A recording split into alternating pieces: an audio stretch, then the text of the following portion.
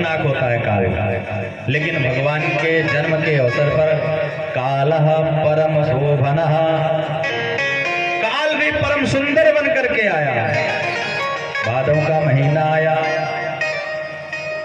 कृष्ण पक्ष आया, अष्टमी तिथि आई, रोहिणी नक्षत्र आया, हर्षण योग आया, भवकरण आया, मध्य रात्रि 12 बजे का समय आया। उस समय अचानक भगवान तदमदभुतो बालकमंजेष्ण चतुर्भुजं शंख चक्रम गदाब्धेर्युगम, चतुर्भुज रूप में भगवान ने पहले, अभी आपने कथा श्रवण की, भगवान ने पहले दर्शन दिया देवकी और वसुदेव को। पूरी बात ठीक से समझाई। विदितोऽसि भगवान साक्षात प्रकृते। वसुदेव कहते हैं महाराज मैं तो आपको पहचान गया, आप कोई और नहीं हो सकते हो, आप तो श्रीमन नारायण प्रभु ही हो, केवल अनुभव आनंद स्वरूप सर्वबुद्ध दिक्प्रभो। मैं तो केवल अपने आनंद अनुभव से बता रहा हूं कि आप हमारे पुत्र जो बनने वाले हो, आप श्रीमन नारायण प्रभु ही हो। देवकी मैया डर जाती है, लेकिन वसुदेव जी हिम्मत से काम ले रहे हैं। मृत्योर मृत्यु व्याल भीतः पलायन लोकान सर्वं निर्भयं नागच्छत, त्वत्पाद पत्यं पापि यदृक्षयाया स्वस्था सेते मित्रस्ततैरी। मृत्यु रूपी भयंकर रोग व्यक्ति को जाना सबके पास है, लेकिन भयाक्रांत सबसे ज्यादा मनुष्य मृत्युवशीय ही होता है। वही बात चतुर्भुज स्वरूप भगवान वासुदेव को बता रहे हैं कि परेशान होने की आवश्यकता नहीं है भाई, हम जो कह रहे हैं आप केवल उसको करते जाइए, आपको कुछ नहीं करना है। जो मृत्यु रोग से भय चाहता हो वो भगवान धन्वंतरी की शरण में जाए तो भगवान धन्वंतरी उसका सारा इलाज कर देते हैं। भाई आप योग्य डॉक्टर के पास पहुंचेंगे तभी तो आपके शरीर का इलाज संभव हो पाएगा। एक बार एक भक्त ने एक वैद्य से हंस करके कहा कि वैद्यराज नमस्तुभ्यं यमराज सहोदरा। तो वैद्यराज भड़क गए, भैया ये कैसे? वो भक्त कह रहा है, हे वैद्यराज मैं आपको प्रणाम कर रहा हूँ, आप तो यमराज के सगे छोटे भैया हो, यमराज सहोदरा। तो वैद्यराज भड़क गए, भाई हमें यमराज का भाई कहता है तू? तो कह रहे हाँ बिल्कुल कहते हैं, क्यों ना कहें। भाई यमराज अगर कुपित होंगे तो केवल प्राण लेंगे, लेकिन वैद्यराज नमस्तुभ्यं, लेकिन मैं तो तुम्हारी बुद्धि को प्रणाम करता हूँ भैया। अगर कोई वैद्य किसी से कुपित हो जाए तो घर में रखा धन भी ले जाएगा, और मृत्यु तो अंतिम सत्य है ही, मृत्यु तो होनी है, लेकिन इतनी दवा करा देगा तो तुम तो यमराज के भी बड़े भैया निकले। वही मानो भगवान वासुदेव से कहना चाहते हैं, भगवान का जो आश्रय है, भगवान के जन्म का जो हेतु है, भगवान कहते हैं भाई हम जब पैदा होंगे तो रोएंगे थोड़ी, रोएंगे। ये रामावतार में हमने रोया, ब्रह्मांड निकाया निर्मित माया रोम रोम प्रतिवेद कहे, सोमम उर्वासी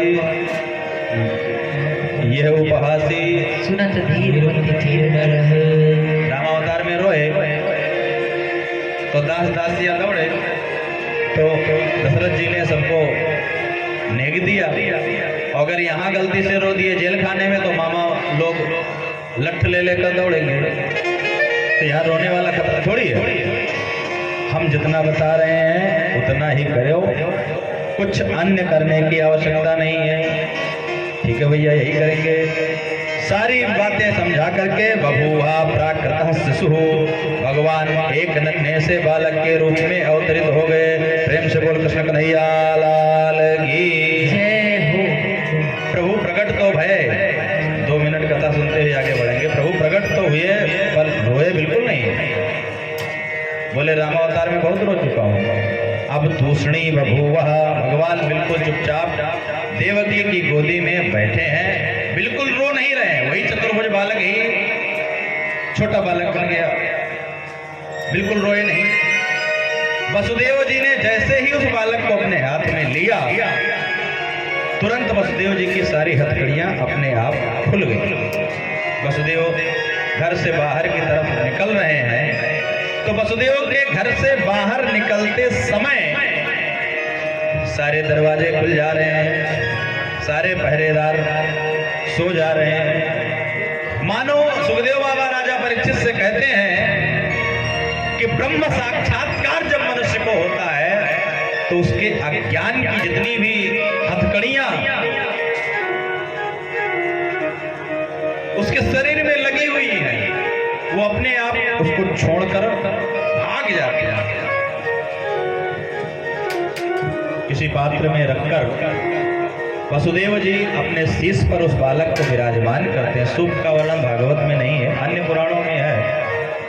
पद्म पुराण में वर्णन है सूप का, भागवत में नहीं है।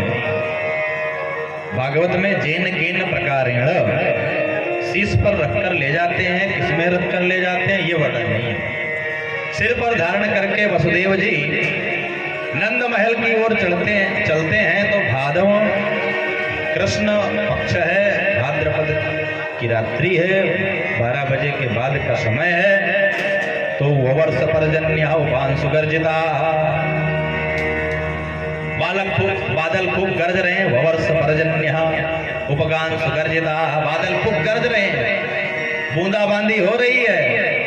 गरज गरज रहे बादल बदलिया, गरज गरज रहे बादल बदलिया। आए श्याम मोरे आए श्याम मोरे आए बदलिया, गरज गरज रहे आज बदलिया, गरज गरज रहे आज बदलिया। बादल गरजे बिजली चमके, बादल गरजे बिजली गरजे, गरज गरज रहे आज बदलिया, गरज गरज रहे आज बदलिया। भाई भगवान ने सबको छूट दे रखी है। एकादश स्कंद में भगवान उद्धव से कहते हैं कि पत्रम पुष्पम फलम तोयम यो माम जहति पावका। भाई आपके पास पत्र पुष्प फल जल जो कुछ भी हो लेकर आ जाओ मेरी शरण में। तो बादलों ने सोचा हमारे घनश्याम, हमारा भी नाम घनश्याम है, और हमारे घनश्याम आज आए हैं तो हमारे पास और तो कुछ है नहीं, जल ही है, तो 2-4 बूंद जल ही दे। शेषावतार भगवान ने देखा, शेष भगवान ने कि नन्हे से हमारे माधव हैं और ये अभी चले हैं, इन बादलों को देखो भाई, ये फुहारे कर रहे हैं। तो वसुदेव जी को कुछ नहीं पता, पीछे से शेषनाग जी उनके ऊपर छत्र बनकर खड़े हो जा रहे हैं। शेषोन्गवातवारि निवारयन् फणौः, 1000 फनों से छत्र बना करके उनके पीछे पीछे हो लिए हैं। होते करते वसुदेव जी पहुंच जाते हैं यमुना की तलहटी में। यमुना को देखते ही वसुदेव जी तो एक बार संकोच करते हैं, जाएं कि न जाएं, इतनी भरी है यमुना जी। लेकिन माधव ने कहा था कि हम आपकी रक्षा करेंगे, ये मन में विश्वास लेते हुए वसुदेव जी यमुना जल में उतर जाते, नदी में उतर जाते। वसुदेव जी के गले गले तक जल, भगवान देख रहे हैं कि पिताजी तो डूबे जा रहे हैं और यमुना जी में कोई द्रवता नहीं आ रही है। यमुना जी सोच रही हैं कि हमारे मालिक, हमारे माधव हमसे मिलने आ रहे हैं, तो लाइए हम भी दर्शन कर लें, ना कुछ हो तो कम से कम चरण ही धुल ले। यमुना जी और उफान मार मार के बह रही हैं। भगवान ने कहा पिताजी संकट में है, इनको पांव धुलने की पड़ी है।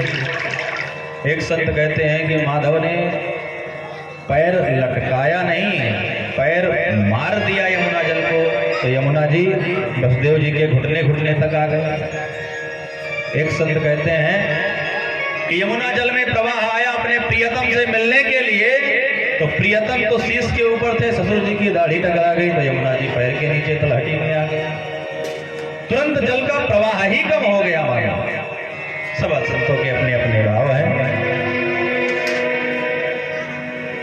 वसुदेव जी उस बालक को लेकर के नंद महल में पहुंचते हैं और नंद महल में आज पूरा सन्नाटा, चारों ओर कोई सारे दरवाजे खुले। यशोदा के गर्भगृह में पहुंचते हैं तो वहां पर एक बालिका यशोदा के बगल में लेटी हुई जो कलरव कर रही है, खेल रही। किसी से वसुदेव जी ने कुछ नहीं कहा, जा करके अपना बालक यशोदा के बगल में लेटा करके यशोदा के बगल जो कन्या माया रूपी लेटी हुई थी उसको अपनी गोदी में लेते हुए वसुदेव जी वापस मथुरा आ जाते हैं, किसी से कुछ नहीं कहा। जैसे ही वसुदेव जी मथुरा पहुंच करके जेल खाने कारागार में जाते हैं, वो बालिका चिल्ला पड़ती है, गला फाड़ फाड़ कर चिल्लाती है। सारे राक्षस स्वयं कंस सावधान हो जाते हैं। अरे कंस लेकर तलवार दौड़ा मारने के लिए, लेकिन जब देवकी के कारागार में पहुंचा, ये तो मेरे साथ देवताओं ने छल किया। देवताओं ने ये कहा था कि देवकी का 8वां लाल तुम्हारा काल होगा, तो ये लाल नहीं है तो लाली पैदा हुई है। लेकिन देवताओं का क्या भरोसा भाई, हो सकता है इसका पुत्र हमें मारे, तो रिस्क नहीं लेना चाहिए। जैसे ही कंस ने उस माया रूपी योग माया को जैसे ही घुमाया, वो योग माया कंस के हाथ से छूट गई। और किम मया हतयः मन्दा जाता खलु तवान कृत यत्र वा पूर्वंसी शत्रुमा कृपणान यथा भृता। चिल्ला पड़ी वो कन्या, रे मूर्ख कंस, तू मुझे मारना चाहता है भाई, तुझे मारने वाला कहीं पैदा हो चुका है। कंस ने कांपते हुए कहा, बहन जी वो कहाँ पैदा हो गया, किस घर में पैदा हुआ? कन्या बोली, मैं तुम्हें जन्म पत्री नहीं बताऊंगी, वो तुम्हारे ही आसपास कहीं है, तेरा शत्रु तेरे ही आसपास है, खोजो अपने आप। यो कह करो देवी अंतर ध्यान हो गई। कंस घबरा करके देवकी के चरणों में गिर गया, बहन मुझसे जो अपराध हुआ मुझे क्षमा कर दीजिए, मुझे नहीं पता था कि आजकल देवता भी झूठ बोलते हैं। दैवामप्यनृतम वक्ति नामर्या एव केवली। एक बार आपके सामने ही आकाशवाणी हुई थी कि आपका 8वां लाल हमारा काल होगा, और आज ये देवी जी बताकर गई कि तुम्हारा काल कहीं उत्पन्न हो चुका है, हम करें क्या? ये कहकर देवकी की और वसुदेव को कंस ने छोड़ दिया, अपने राक्षसों की को आज्ञा दिया कि जहां पर आपको नूतन बच्चे पैदा मिले उन सब बच्चों की हत्या प्रारंभ कर। इधर नंद बाबा जो 90 वर्ष के ढोकरा हो चुके हैं, बुढ़े हो चुके हैं, छोरा छाकरी कछु नहीं भयो, लड़का बच्चा कुछ नहीं हुआ। एक दिन ब्राह्मणों की मंडली उनके दरवाजे पर आई और बाबा ने बढ़िया रबड़ी मलाई फुटवाई। ब्राह्मणों ने भैया रबड़ी मलाई फुटवाई और डकार लेकर आशीर्वाद दिया, बाबा पुत्रवान भवा। नंद बाबा हाथ जोड़कर खड़े हो गए, महाराज क्या बात कर रहे हैं, 90 वर्ष की उम्र हो गई, इस उम्र में आप कह रहे हो पुत्रवान भवा, इस उम्र में हम कैसे पुत्र हो सकता है? तो ब्राह्मणों ने कहा, बाबा अब ब्राह्मणों के मुख से आशीर्वाद निकल चुका है, ब्राह्मणों सिया मुखम आसीत, ब्राह्मणों के मुख में सीधे नारायण वास करते हैं, और हमारे मुख से अगर नारायण ने निकलवा दिया है कि पुत्रवान भव, तो तुम्हें तो पुत्र पैदा होगा ही होगा, और जब तक नहीं होगा तब तक हम ब्राह्मण को ऐसे रबड़ी खिलाते जाओ और हम तुम्हारे लिए पुत्रेष्टि यज्ञ करते जाएंगे। संतान गोपाल मंत्र का पाठ करेंगे भैया, मंत्र का जाप करेंगे, तुम्हें हम पुत्र दिलाएंगे ही दिलाएंगे। विप्रा गावश्च वेदाश्च तपः सत्यम दमः समः श्रद्धा दया तितिक्षा चाकतस्तेन हरेस्तदा। नंदस्त्वात्मज उत्पन्ने जाता लादो महामनाः आहूया वे प्राण वेद ज्ञान अस्नाता सुचिलंकृता। समय बीतता गया, कालांतर यशोदा को परम लाभ प्राप्त हुआ, यशोदा गर्भवती हुई। नंद बाबा के मान लो आनंद का पारावार ही नहीं रहा। तो पहुंच गए अपनी बहन के यहाँ, सुनंदा तू तो बुआ बनने वाली है भैया, तू तो बुआ बनने वाली है, दौड़ के चल, भाभी अकेले वहां परेशान है, चल कुछ कार्य संभाल तुम भी। सुनंदा को नंद बाबा लिवा लाए अपने। सुनंदा ने पूरे घर की कमान अपने हाथ में संभाल ली, भाभी को कोई दिक्कत नहीं होनी चाहिए भैया। सारे ब्राह्मण और नंद बाबा एक जगह खाली में माला सटकाते जा रहे हैं। इधर सुनंदा ने देखा भाई आज रात्रि में ये सारे दरवाजे क्यों खुले हैं, देखो तो क्या हुआ। यशोदा के कमरे में खिड़की से झरोखे से जब झांकती है सुनंदा तो देखती है कि एक यशोदा के बगल में एक छोटा सा नन्हा सा बालक लेटा हुआ है, हाथ पैर फेंक करके खेल रहा है, उसका मुख कमल इतना कांतिमान है, क्यों दूर से ही चमक रहा है। सुनंदा वहां से भगी, कहां है हमारे भैया नंद बाबा, नंद बाबा की ओर। नंद बाबा तो ब्राह्मणों के साथ मंत्र जप रहे हैं, अभी तो भयो नहीं आगे को पतो नहीं, अभी तो भयो नहीं अब आगे को पतो नहीं, अभी तो कुछ हुआ नहीं है, आगे का कुछ पता नहीं। इस उम्र में किसी को बच्चा होता है क्या? अरे भैया मैं तो तुम्हें हाल ढूंढ रही थी भाई, कहां हो इस समय? बता बता सुनंदा, मैं तो एक बहुत अच्छी खबर लाऊं, लेकिन बताओ कि हमारा इनाम कहां है भाई? नंद बाबा ने कहा अब हृदय इस अवस्था में नहीं है कि हम बहुत ज्यादा देर तक रुक पाए, ये रही चाबी तुम्हारे हाथ में, जो चाहो वो ले लो, लेकिन बताओ तो खुशखबरी क्या हुई? सुनंदा ने कहा भाभी को परम लाभ प्राप्त हुआ, आप पिता बन गए। प्रेम से बोलो नंद के लाला की जय। दौड़ करके ब्राह्मणों ने नंद बाबा से कहा बाबा आपको परम लाभ प्राप्त हुआ, आप खुद करके सरजू जी में स्नान करिए, ब्राह्मणों के ही आशीर्वाद से आपका ये मनोरथ सफल हुआ। अब तो नंद बाबा बड़े प्रसन्न हो गए, दौड़ करके यमुना जी में स्नान करके चंदन लगा करके दौड़ करके नंद बाबा आ गए नए नए वस्त्र धारण करके। उधर ब्राह्मण देवता भी दौड़ करके आ जा रहे हैं। वाचित्वा स्वस्तेनम जाता कर्मा त्यज वै कारयामास विधिवत पितृदेवार्चनम तथा। सभी ब्राह्मणों ने नंद बाबा को बुलाया, बैठाया और कहा कि बाबा नहा धो के बैठो और भगवान का पूजन करो। पहले भगवान का पूजन करेंगे तभी तो भगवान कल्याण करेंगे आपका। ठीक है भैया। भगवान का पूजन करने के लिए नंद बाबा को ब्राह्मणों ने बैठा लिया और ब्राह्मण कह रहे हैं कि भगवान को अक्षत चढ़ाओ, तो नंद बाबा चीनी चढ़ा दे रहे हैं। ब्राह्मण कह रहे हैं कि देवताओं को जल चढ़ाओ, तो भगवान नंद बाबा दूध चढ़ा दे रहे हैं। ब्राह्मणों ने डांटा, अरे बाबा कि तुम्हारा दिमाग कहाँ चला गया भाई, हम कह कुछ रहे हैं तुम कर कुछ रहे हो। तो नंद बाबा हाथ जोड़कर प्रणाम करते हुए ब्राह्मणों से करें, महाराज इस समय हमसे कुछ ना हो पावे, इस समय हम कुछ नहीं कर पाएंगे जब तक हम एक बार उसका चेहरा नहीं देख लेंगे। तो ब्राह्मणों ने कहा भैया हम ही को संकल्प कर दो, हम ही पूजा पाठ करा रहे हैं, आप तो जाओ दर्शन करो। तुरंत नंद बाबा ने कारयामास विधिवत पितृदेवार्चनम तथा धेनूनां नियुते प्रादात् भिप्तेभ्यासमलंकृतैः तिलाद्दीन सप्तरत्नौघ सातैकौसाम्भराकृता।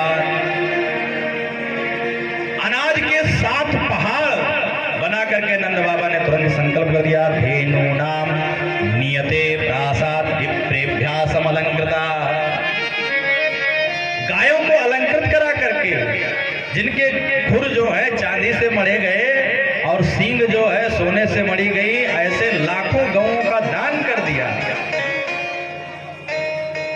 अब नंद बाबा ये सब ब्राह्मणों को दान करते, महाराज आप लोग पूजा करो, हम चले अपने उत्सव मनाने के लिए। आइए हम आप भी नंदोत्सव में हिस्सा लें। भगवान का प्राकाट्य महोत्सव, भगवान का स्नान ध्यान इत्यादि हम इधर करेंगे। इधर भजनानंदी आपको भजन के माध्यम से नंदोत्सव से जोड़ने का प्रयास करेंगे।